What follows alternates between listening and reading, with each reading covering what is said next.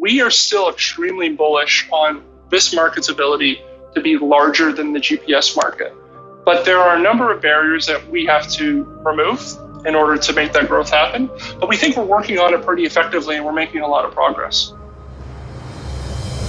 Welcome to the Space Angels podcast, episode 14, The Missing Link. I'm your host, Chad Anderson, CEO of Space Angels, the world's leading source of capital for early-stage space ventures. You can find us on social media at Space Angels. In this podcast, we explore what is happening at the bleeding edge of entrepreneurial space and speak to the founders behind the companies at the forefront. The Space Angels podcast is brought to you in part by our friends at Cosma Schema, the new space design and branding agency. With a suite of services like brand positioning, company and product naming, logo design, and web design, they're the only design agency exclusively serving new space companies. We recommend all our portfolio companies to Cosma Schema, and you can view their work at cosmaschema.com. Today's guest is James Slifierz, CEO of Skywatch. Skywatch is on a mission to make satellite data accessible to the world. Its innovative platform, Earth Cache, provides a singular destination to discover and access the world's remote sensing datasets, making it easier to monitor the progress of crops, predict the markets, track ships and airplanes, measure global warming, or create other world-changing applications. James, welcome to the podcast. Really happy to have you on with us today. Thank you, Chad, for having me.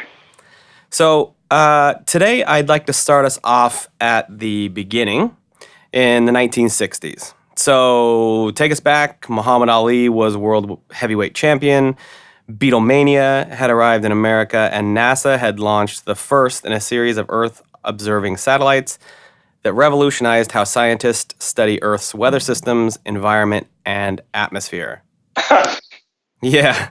I mean, you go back to the 60s and take a look, and there was a lot of really big things that came our way. I mean, the first laser, heart transplant, ARPANET, first industrial robot. Here's a good one. First computer game was Space War. 2001, A Space Odyssey. But the 60s were really important for this from this perspective. The first Earth-observing satellite was launched. And so a lot has happened since then, particularly in the past 10 years, and would love to just walk through that with you and give our listeners some context as to, the market and what's happened. Yeah, absolutely. It's funny. You're going to take me back to a time where I don't even think my parents would remember, but I'll tell you what I've learned from the history books. And a little important side note about my own background is actually in starting this business, don't actually come from or don't have an education in the industry. Everything I've learned has been self-taught, and kind of as I've got into the industry, I've learned more and more about the history.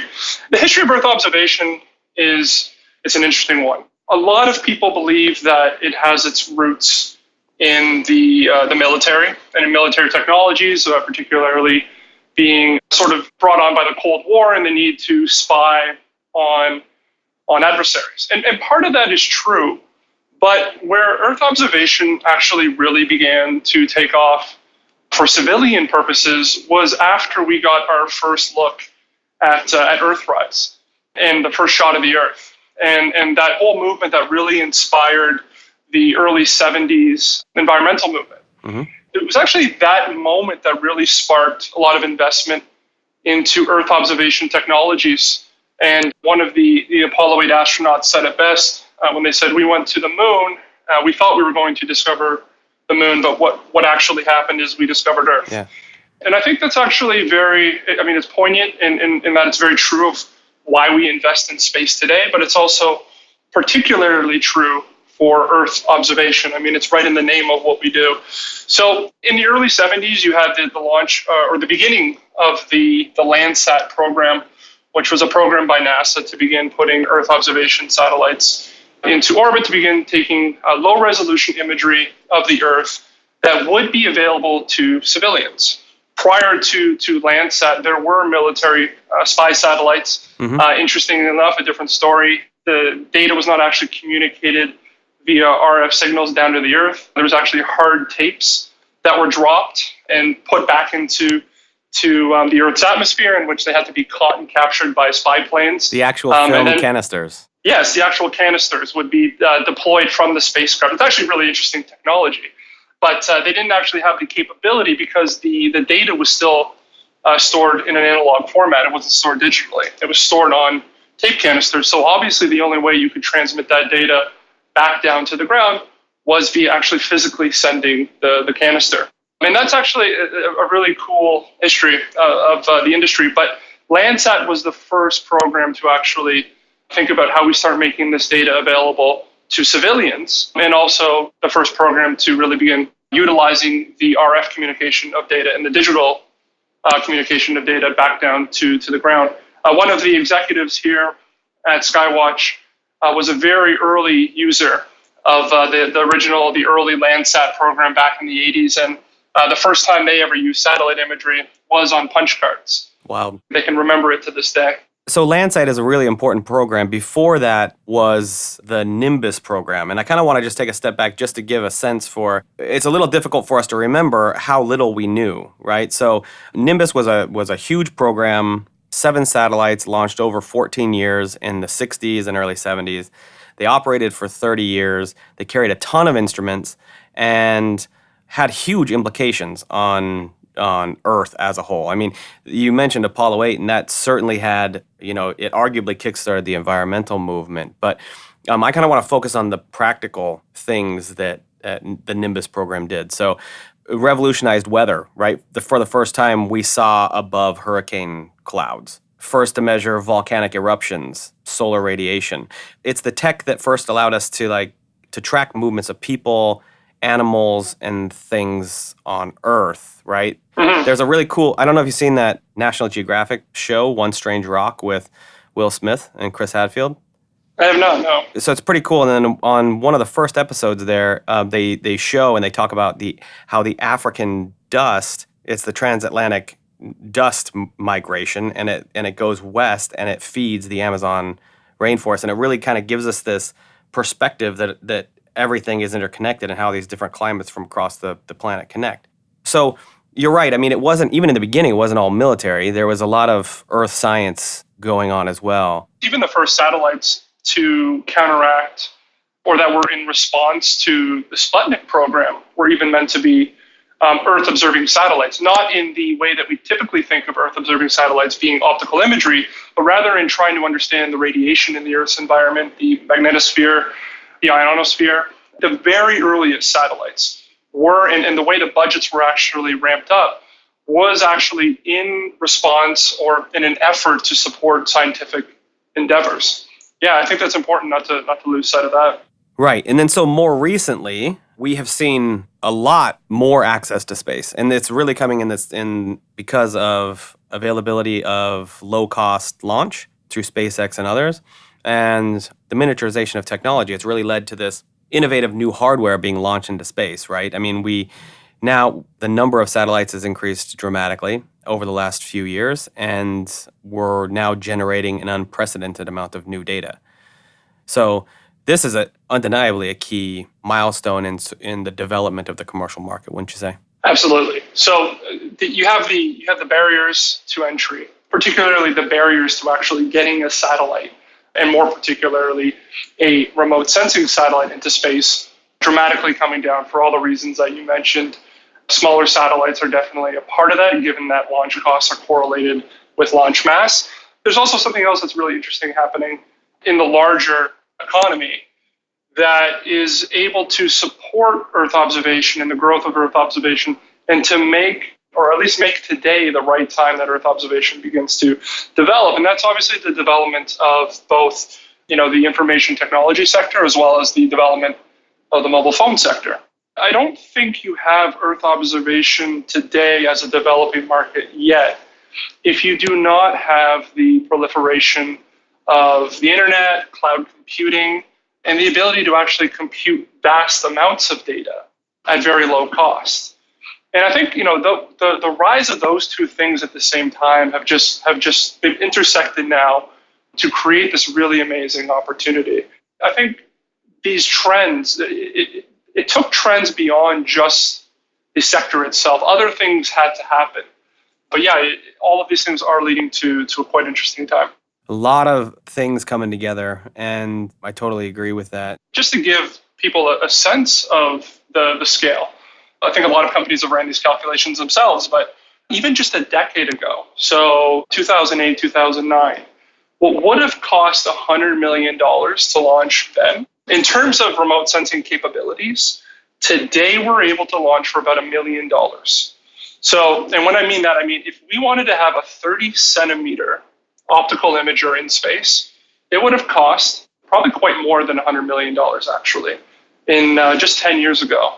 And today we are now working with companies that the manufacturing of that satellite and the capability is less than $1 million, and then probably add launch costs and you have a little more than $1 million. But you're talking about 100x reduction in cost to being able to enter this market. Those are big numbers. So barrier to entry removed. We've now got a whole new wave of entrepreneurs coming in and launching new satellites, generating a ton of new data, but it's relatively inaccessible still, right? We've got a bandwidth issue. The ground stations, the antennas that we had set up on the ground to receive the signals from space were big and clunky and designed to maybe track one satellite at a time. Well, when you're moving away from having, a company managing one or, 6 or 7 satellites to now operating hundreds of satellites, we've got a bandwidth issue, don't we? What's happening there on the ground station front? You have an order of magnitude of complexity now added to the market and to the ecosystem. And the problem that the industry is facing and the way it's actually approaching a solution is realizing that magnitude increase in complexity cannot be solved with human labor. It needs to be solved with software, because software is the only way that it's going to scale. And it's not only the only way it's going to technically scale, but it's the only way that it's going to economically scale. And I think those are two very important variables to keep into consideration, and they need to be tied together.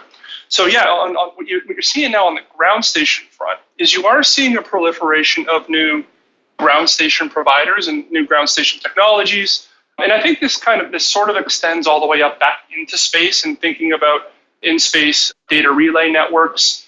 Essentially, you now have an evolving ecosystem around this data problem, solely meant to try to solve the problems that Earth observation is posing, which is we're going to create lots of data, but we have a bottleneck in getting that data back down to the ground. So you now have more emphasis and more money going into things like optical relay networks, optical downlink, laser downlink. Even thinking more, the industry is starting to think more about encryption, with quantum key distribution being a very important part of that. All of these technologies are really being developed with an eye on the fact that the Earth observation industry is going to be massive and it's going to need a supporting ecosystem. And I think this is good for the space industry overall. And this is not a small problem, right? I mean, just last year, Amazon Web Services joined forces with Lockheed to create their own ground stations to address this. Can you talk a little bit about that and the importance of having Amazon involved in this? Yeah, so when we look at our own business, and I'm sure we'll get into more of it later, so it provides context to what I'm about to say. But when we look at our own business and we think about the supply chain, from actually getting data from that sensor in space to any end user on the planet that needs it, still the heaviest cost to date in that supply chain is the downlink cost of getting the data down to the ground. And so when AWS Ground Station entered the arena last year, this was pretty important because it probably caused a lot of people in the industry to really rethink their business model and how they approach these problems strategically. Because what's really disruptive about what they're doing is strategically they actually don't care about the profits of the downlink itself. So they're willing to pretty much sell their downlink rates at cost, which what we're seeing now can be as cheap as 10x other providers in the market. What they care about is making money on the data storage. And so what they're doing is they're eliminating the barrier in one aspect of the supply chain, which is the downlink cost, in order to gain pretty massive market share in what is probably a more valuable and long-term business opportunity, which is the storage of all this data that's being created.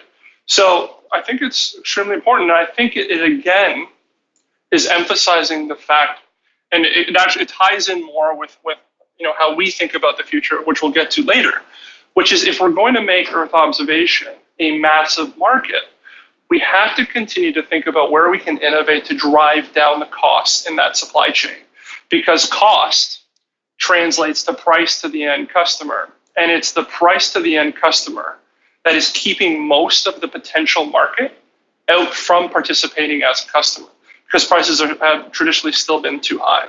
So I think AWS is solving one aspect of that, which we think is really important. They are a company that we work with pretty closely in our own products. And so at the end of the day, this just continues to make the downstream ecosystem more efficient and more cost effective, which will ultimately help grow the market. So I definitely want to get into that next bit, which we're kind of alluding to, and that's the problem of distribution. So you get the access to space problem solved. People are working on the ground stations and getting access to that data. The distribution now is a really key piece of this that hasn't really been addressed. I kind of want to address the three big key issues with EO data before we start talking about the market and your company specifically. So distribution is the next key barrier that needs to be addressed, and this is something that you're focused on. And so I'm just kind of curious to help listeners understand the pain that people would go through when trying to access a satellite image before Skywatch. Yeah, so exactly. So the barriers to entry of getting into space have been solved.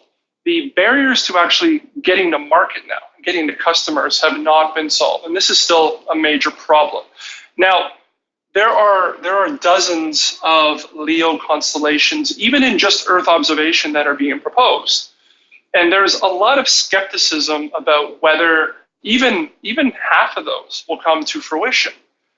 And the truth is, from our perspective, there is market opportunity for all of those companies to exist and be successful. The reason why there is room for skepticism about whether they will actually succeed is because of those barriers to getting to market, is because it's so difficult and so expensive to actually deliver data to a modern customer. What I think is really helpful to understand is why this is. Why is there still such a very large barrier of getting to market? And it's primarily because it's actually a relic of just the tradition of this industry. So as we alluded to earlier, early satellite companies, particularly in Earth observation, were largely born out of a need to serve the government. And how did the government buy and purchase satellite imagery? Well, they usually bought very large areas, usually the size of a city, the size of a state, sometimes an entire country, and they purchased it over the phone. They bought very large areas of land, and this is important because data is sold on a per square kilometer basis. So they're spending a lot, but they're spending it in very low volumes. They're only purchasing these data requirements on sometimes an annual, monthly basis, depending on the particular use case. And where the industry is moving towards is, as you start to look at the commercial sector and commercial actors that want access to this imagery, they want it in ways that the existing infrastructure and processes don't support. So they want to be able to programmatically access it. And even more fundamentally, they need very small areas.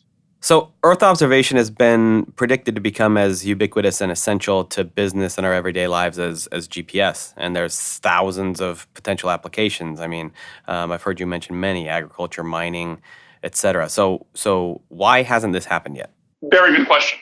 It's actually sort of related to what we talked about earlier when we were talking about the decrease of access to space. Sort of removing a lot of the barriers have been removed to actually being able to put up a remote sensing satellite into space affordably. However, what has not changed and what is still very difficult is actually the barriers that exist in getting to market. Meaning, okay, you got your satellite up. Now, how do we actually build a profitable business utilizing the services that this satellite can perform and reach our customer base? And that is still a very expensive endeavor for any company. If you talk to the founders of some of the early Earth observation companies, they'll tell you that when they started their company, they didn't actually appreciate the fact that they were actually, what they came to find is that they were actually building two separate companies at the same time. They were building a satellite company, and they were trying to learn on the fly what it meant to actually build a data infrastructure company. And these barriers to entry made their business more expensive to run. It took longer to get to market because there's so much more technology that they had to learn about that wasn't core competency to what they were trying to achieve. And that struggle still exists for every single company that wants to put a satellite into space. There's dozens of constellations that are being proposed to be put into orbit in order to capture imagery from low Earth orbit. And there's a lot within our market. There's a lot of skepticism about whether any of these companies will even survive or will even make it to orbit. And what I'll say from our perspective is that there is room in the market, meaning that there's enough demand here on the planet to support all of those technologies and all of those sensors. However, where the skepticism is warranted is in the fact that very few of those companies are actually going to know how to effectively get their data to market. And that is a big problem for the industry at large.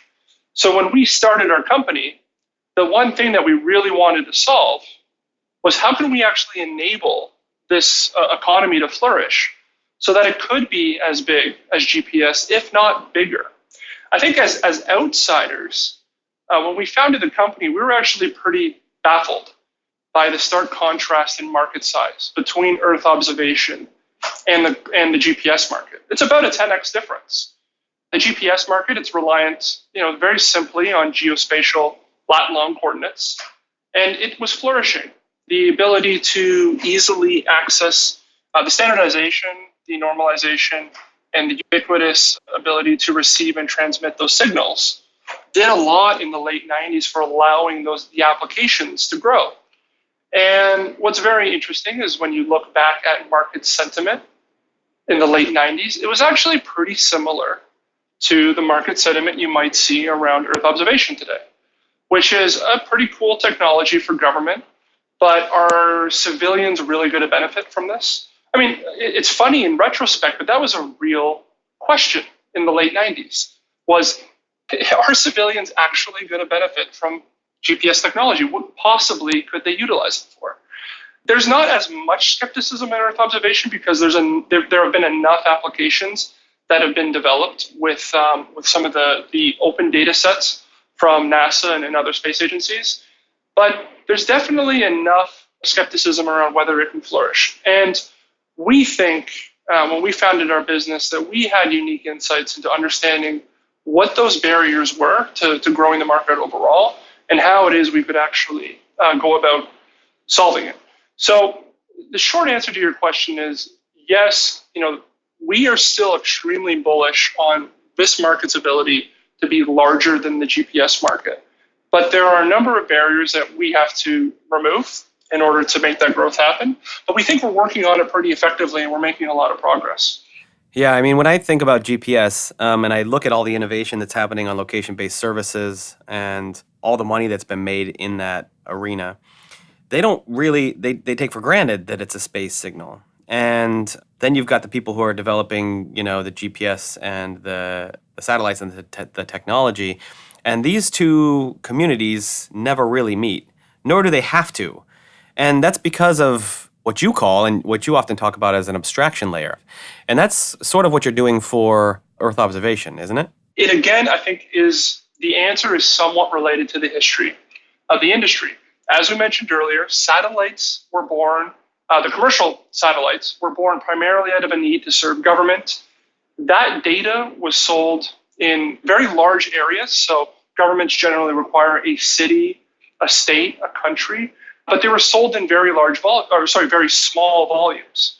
So what you end up having is you have data being sold over the phone from these companies to the people that they have close relationships to in the government agency at a very low volumes. So you have the ability to actually have reasonably high marginal costs while still making a decent profit on your sales.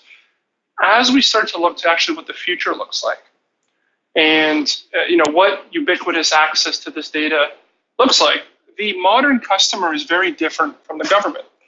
The customer that is in agriculture, that is in insurance, that is in the financial services sector, and they are looking for programmatic access to very small areas, relatively speaking. So they're looking for an area the size of a parking lot, or of a farm, or of a construction project.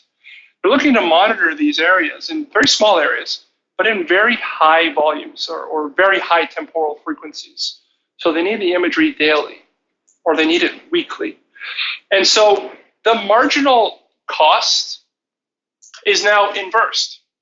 So you actually have a very low revenue unit that you need to ship out the door, but you need to ship out a massive volume of them. And so each marginal cost has to be dramatically lower than what your marginal costs were before. Now, there's two things that keep marginal costs pretty high in the distribution of satellite imagery. The first is the fact that primarily the imagery is processed manually.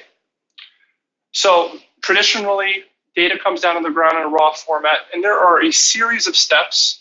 It could be as many as 10 to 15 steps that an image will have to go through with an image processing specialist using a desktop computer in order to actually make that data available or usable to an end user. So that's one, and then we may have alluded to it earlier, but the other marginal cost that is significantly high but is getting solved is the downlink cost. And so you add those two things together, and you have what is a very high barrier to entry in terms of price. So when we started our company, the price of data, just to task a satellite to capture an image for you, you had to be willing to put up no less than $2,000 for one image. Okay, so imagine that you need daily monitoring of a farm. Well, that price barrier is an obvious reason why that market cannot participate in Earth observation imagery. And so the key, what we focus on is particularly the processing side, and once the data hits the ground.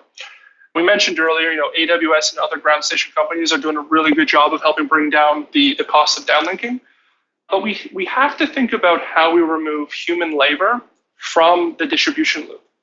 There's nobody in the GPS industry that is selling GPS signals out to the market. Right. It would make GPS applications too expensive.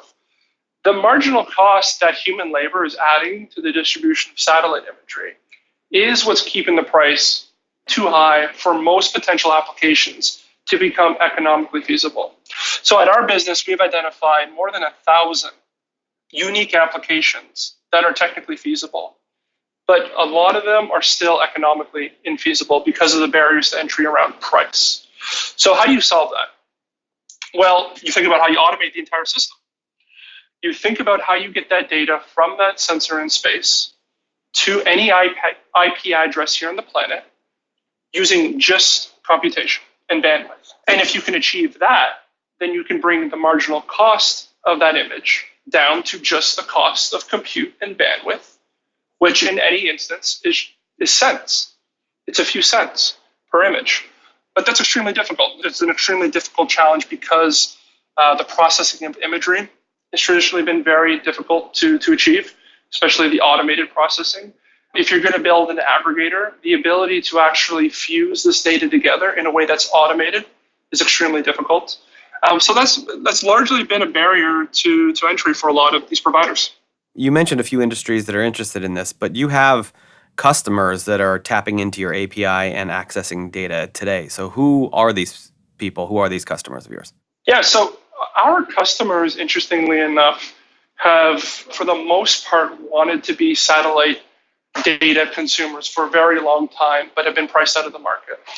So, a little bit of background on what we've been able to achieve. So we achieved what we would call full automation, which means that we were able to deliver data from a sensor in space to an end user application fully automated.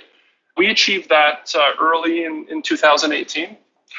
And we began to allow our customers to develop their applications. No humans involved, just machine to machine.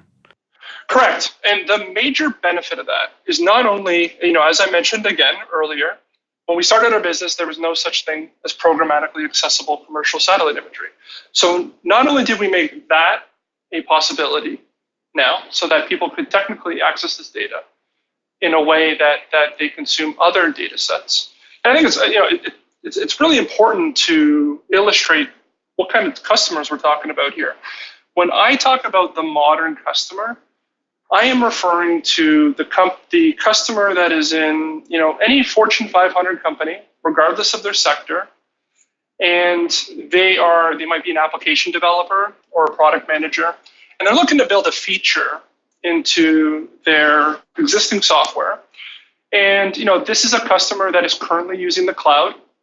They are currently using what we call APIs, application programming interfaces. And for those of you who don't have strong software and understanding of software definitions, an API is simply an interface that allows two pieces of software to talk to each other. And so you have customers using APIs, and they're also using other open source technologies. They want access to satellite imagery. They want to solve problems for their business that are real, and they've identified them today. So for example, we have customers in the oil and gas industry. They are currently using helicopters to monitor their remote pipelines. They would be able to easily do this with satellite imagery, except the fact that satellite operators wanted such a heavy price to task an image. And so when we enabled the programmatic access of satellite imagery to these customers, there was a very amazing benefit that was a consequence of that programmatic access. And because we were able to fully automate the distribution, we were also able to have the lowest marginal costs for distribution in the entire industry. And this meant that we could set the lowest prices possible. And so we were lowering the price of entry so low that now it made complete sense for these customers to come on and start building their applications. So we have customers that are monitoring oil pipelines. We have customers that are replacing drones on farms to monitor their crops from space. We have customers that are doing very interesting things that would not have been possible if it were not for programmatic access. I'll give you a really cool example. So there is a large Fortune 500 company. They are building sensors, street parking sensors for municipalities in Europe. And what they want to be able to do with satellite imagery is they want to take a satellite image of these cities that they're operating in at the same time every single day and be able to identify where their parking lots are that these sensors are placed. And they want to be able to calibrate that image against the data they're actually getting from their sensors so that they can determine if one of their sensors is broken. Well, how would they do that? Well, if they take an image at 11 a.m. every single day, and in that image, their computer vision algorithm is able to identify that there is a car in that parking spot, but their sensor data is saying that there is not a car in that parking spot, then they know they have a broken sensor. And what's really interesting about this machine-to-machine application is nobody in that entire business needs to actually ever look at the satellite image. The end result is a notification saying, hey, at this geolocation, there is a parking sensor that is not working, all under the hood. But of course, if you actually think about the utility of that application, a business is only actually going to utilize satellite imagery in that instance if the price gets low enough. Otherwise, in order to do it daily, it's just extremely expensive. The cost benefit is just not there. And so this is what Skywatch is enabling, the ability to programmatically access this data and also dramatically focusing on dramatically lowering the cost and the price. So these new applications, so that becomes a no-brainer to build and utilize satellite imagery into your software applications and into the workflow that your business is currently operating within. And so obviously with your plan, supply is incredibly important. I'm always been struck with where you sit in the market and how the value of your company really comes from being source agnostic and bringing all different types of supply easily accessible through an API, and the end user doesn't really need to even know, where it came from, and all they get is a notification. I love all of that. And I want to talk about the supply a little bit. I mean, we know that it's growing. We know that a ton of money is going into this sector. Many new companies launching lots of constellations. The number of commercial imaging satellites is supposed to grow 40 to 50x in the next 10 years. How many satellites do you have on your platform? And how do you envision your relationship with suppliers growing? What's really interesting is it used to be very easy to count the number of satellites in space because the number didn't change much. And now it changes weekly, which is actually a great problem to have. But in estimate, there are about 600-ish Earth observation satellites that are in orbit.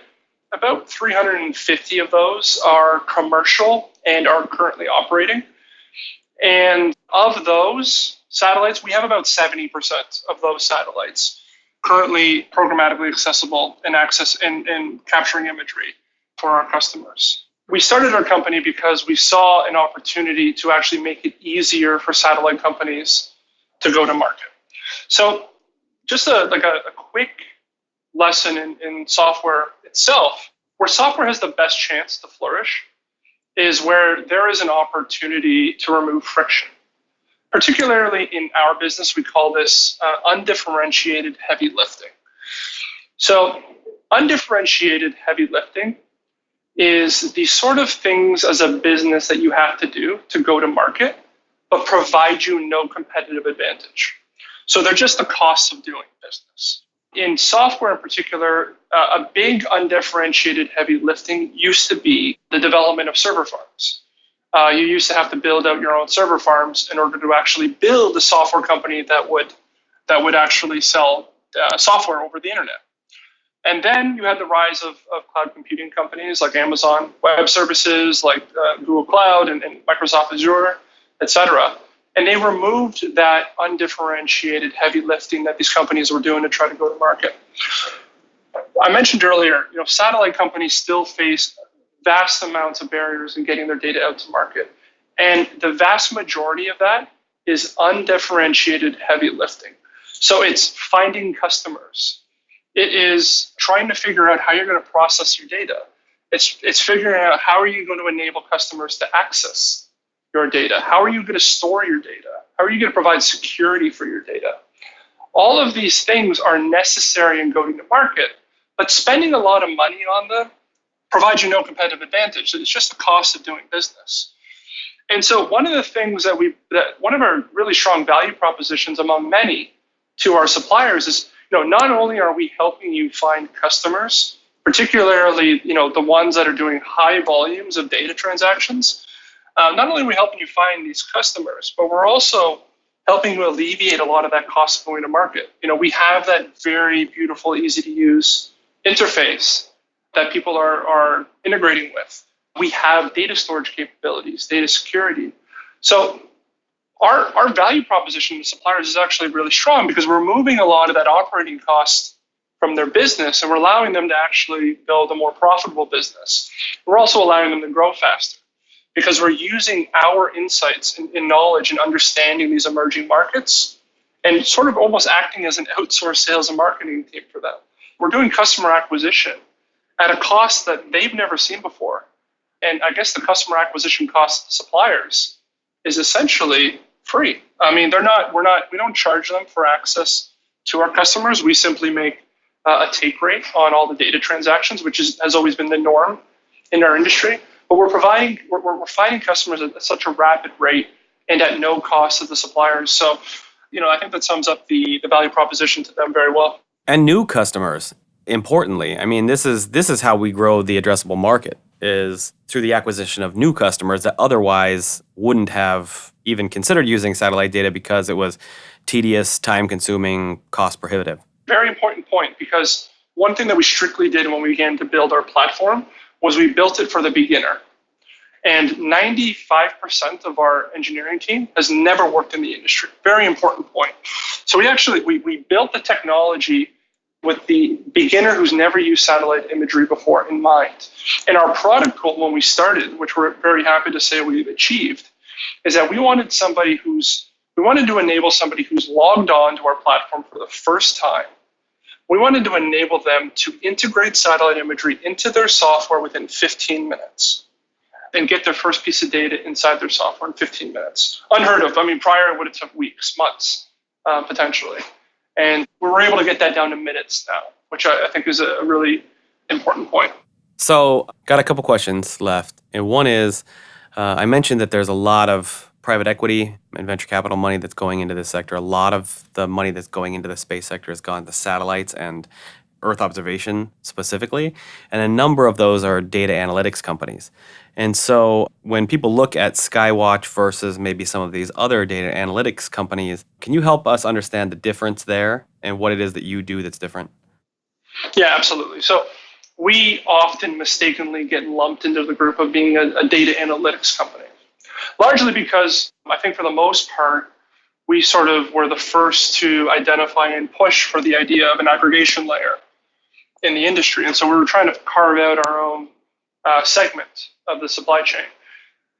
A data analytics company is started to serve a particular purpose. They're trying to develop some sort of intelligent output that is derived from satellite imagery and other data sources in order to solve a very specific problem in the market. So everyone's familiar with car counting, but it might also be things like trying to do crop yield analysis. It might be things like monitoring construction projects, etc. Those companies, these data analytics companies, also have a lot of undifferentiated heavy lifting in their business because it is extremely expensive today and time consuming for them to develop business arrangements, business agreements with suppliers, to actually build the technology they need to ingest and analyze their data, to be able to actually develop a lot of the integrations required to even make their business work. And so when a data analytics provider looks at Skywatch, they see an opportunity for them to remove a lot of the costs in their business. So we're that abstraction layer, that infrastructure layer that is making both sides of the market do business way more efficiently, way more effectively. And I think that's important. We're a step up from the data analytics provider. We are enabling many more data analytics providers to exist in the market because of the technology and the ease of access that we are providing. But very simply put, Skywatch, we consider ourselves to be a space tech infrastructure company focused specifically on the data layer. Nice. That's very helpful. Okay, so last question. On the show, we like to say that there's never been a better time to get involved in space investing. Can you give us your personal perspective on that and which areas are the most exciting for you?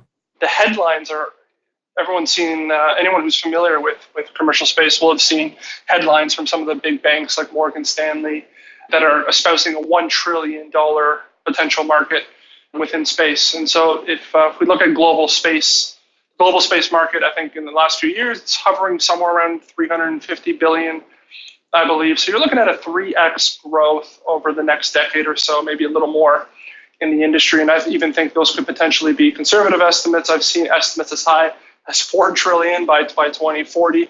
So there's a lot of capital to be made. There is a lot of ROI to be earned in the industry. It's still really early. What's fascinating is when we started the company in 2014, actually, funny anecdote, today is the company's 5th anniversary. Oh, congrats. Yeah, I actually forgot that a half decade has gone by until I walked into the office this morning, and there's cake and decorations everywhere. But when we started the business, we actually were worried that we were late to the market back then. And the truth is that we actually had perfect timing. And you're seeing it right now. If you read the Space Angels capital reports, you'll see that in terms of capital infusion into the markets, the trends are still moving in the right direction. It is an excellent time to still invest in space. We haven't even touched on the opportunities for data sources still in our industry, but I'll put it this way. In Earth observation alone, we've identified 280 unique types of data that would be interesting and usable here on Earth. Okay, and I would say about 10 to 15 of those data opportunities are being well served today. 10 to 15 out of a potential 280 different types of data that customers want. Exactly. I feel like this quote's often probably used too much, but it's definitely very true in Earth observation. I think in space at large, which is we generally overestimate what it is we can achieve in 2 years. But I think we always tend to underestimate what is possible in the next decade. And I think, that Bill Gates quote is very relevant to space, which is that if you're going to invest in space, the first few years can can typically be, sometimes it can take longer than you might expect it. Sometimes you hit your stride. But I think the things you're going to achieve over the course of where you might be expecting to get your return on your investment, which might be 5 to 8 years, I think they're going to be even better than you imagine going into the investment. And so I think it's an amazing time to invest. And I've joked with you before, if once I have capital of my own, it's actually the first thing I'll wish to do with it, which is to continue to invest in the opportunities that I see in this industry. That was great. Thank you, James. Really appreciate you joining us today. It's been a pleasure. Thanks for tuning into the Space Angels podcast. If you enjoyed this episode, please leave us a review on Apple Podcasts or wherever you get your podcasts, and subscribe to make sure you never miss an episode. If you're interested in learning more about investing in space startups, I invite you to visit our website, spaceangels.com, where you can learn all about Space Angels membership and how you can get involved in this exciting new innovation economy.